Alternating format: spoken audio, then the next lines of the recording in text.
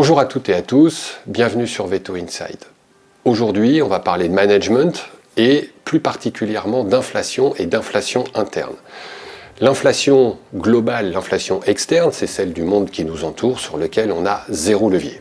En revanche, vous êtes associé actionnaire de votre entreprise, vous avez, et c'est même votre devoir, d'agir sur cette inflation interne pour pouvoir justement conserver un seuil de rentabilité qui permette à l'entreprise d'avoir une marge de manœuvre, enfin une trésorerie suffisante et une marge de manœuvre qui lui permettent de faire face à ses investissements et face à ses dépenses. C'est quoi cette inflation interne? C'est justement tous les gros postes de coûts qui sont présents dans l'entreprise et qui souvent, quand on est vétérinaire, malheureusement, comme on n'est pas trop à l'aise avec la construction de ces tarifs, il y a beaucoup de postes de coûts qui sont, disons, plus ou moins grignotés par une efficacité relative ou une approche relativement au doigt mouillé, même parfois à la main mouillée, tellement c'est peu contrôlé.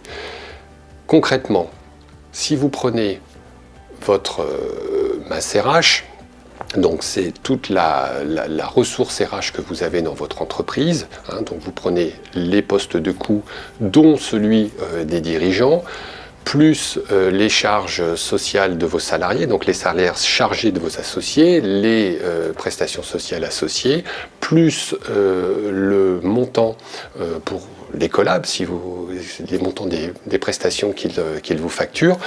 Tout ça, ça va vous donner un gros pôle RH. En général, dans une entreprise vétérinaire, c'est le premier poste de dépenses, en canine notamment. En revanche, dès que vous allez commencer à structurer des services et avoir des nouvelles offres, s'il y a un manque d'organisation du travail ou une organisation, disons, plus ou moins fluctuante, c'est pas en rajoutant des gens qu'on va améliorer l'efficacité, bien au contraire, elle risque parfois même de se dégrader. Donc je ne suis pas en train de dire qu'il faut mettre des gens dehors, surtout pas, mais je suis en train d'expliquer que l'organisation du travail va être un des facteurs, par exemple, de cette inflation interne. Parce que, in fine, cette inflation interne, elle va être aussi impactée par les charges de structure. Donc là, vous avez bien vu, pour certaines et certains d'entre vous, qu'avec l'inflation sur le coût de l'énergie en 2022-2023, en post-Covid, ça avait un impact directement dans certaines entreprises en fonction des contrats négociés. Mais de la même façon, un investissement non raisonné avec un retour sur investissement non calculé ou vraiment très hasardeux, va avoir des effets complètement directs sur la rentabilité, puisque le volume de chiffre d'affaires ne viendra pas compenser la dépense.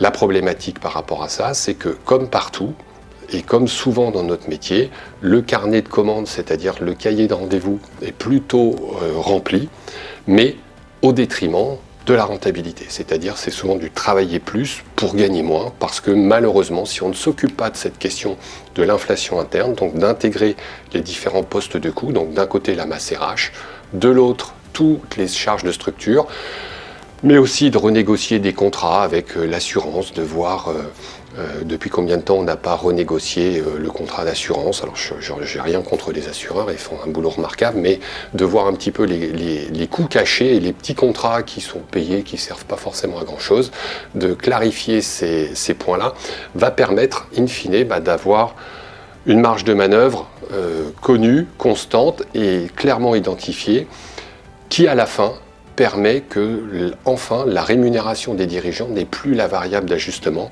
en cas d'augmentation de cette inflation interne.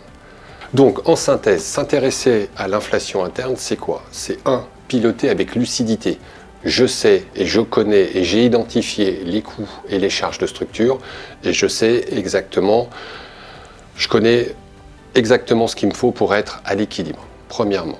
Deuxièmement, c'est aussi être capable de faire des choix éclairés. J'ai une envie d'investissement, ok, qu'est-ce que je vais regarder? Et je vais partir de justement ces points de coût et de masse euro connus et clairement identifiés qui vont permettre d'avoir de la visibilité, donc de la sérénité.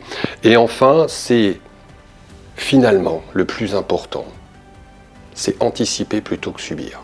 Ça veut dire quoi ça? En anticipant tout ce que vous allez faire avant pour identifier justement ces postes de charge et de dépenses, ça va permettre d'éviter que votre rémunération soit la variable d'ajustement, parce que trop tardivement, souvent, c'est lors de la présentation des comptes avec le comptable qu'on découvre le résultat, avec un EBE qui parfois n'est pas un excédent brut d'exploitation, qui n'est pas à la hauteur des investissements et des frais engagés, et qui fait que il y a des arbitrages à prendre en tant qu'associé. Voilà, j'espère que ça vous a été utile.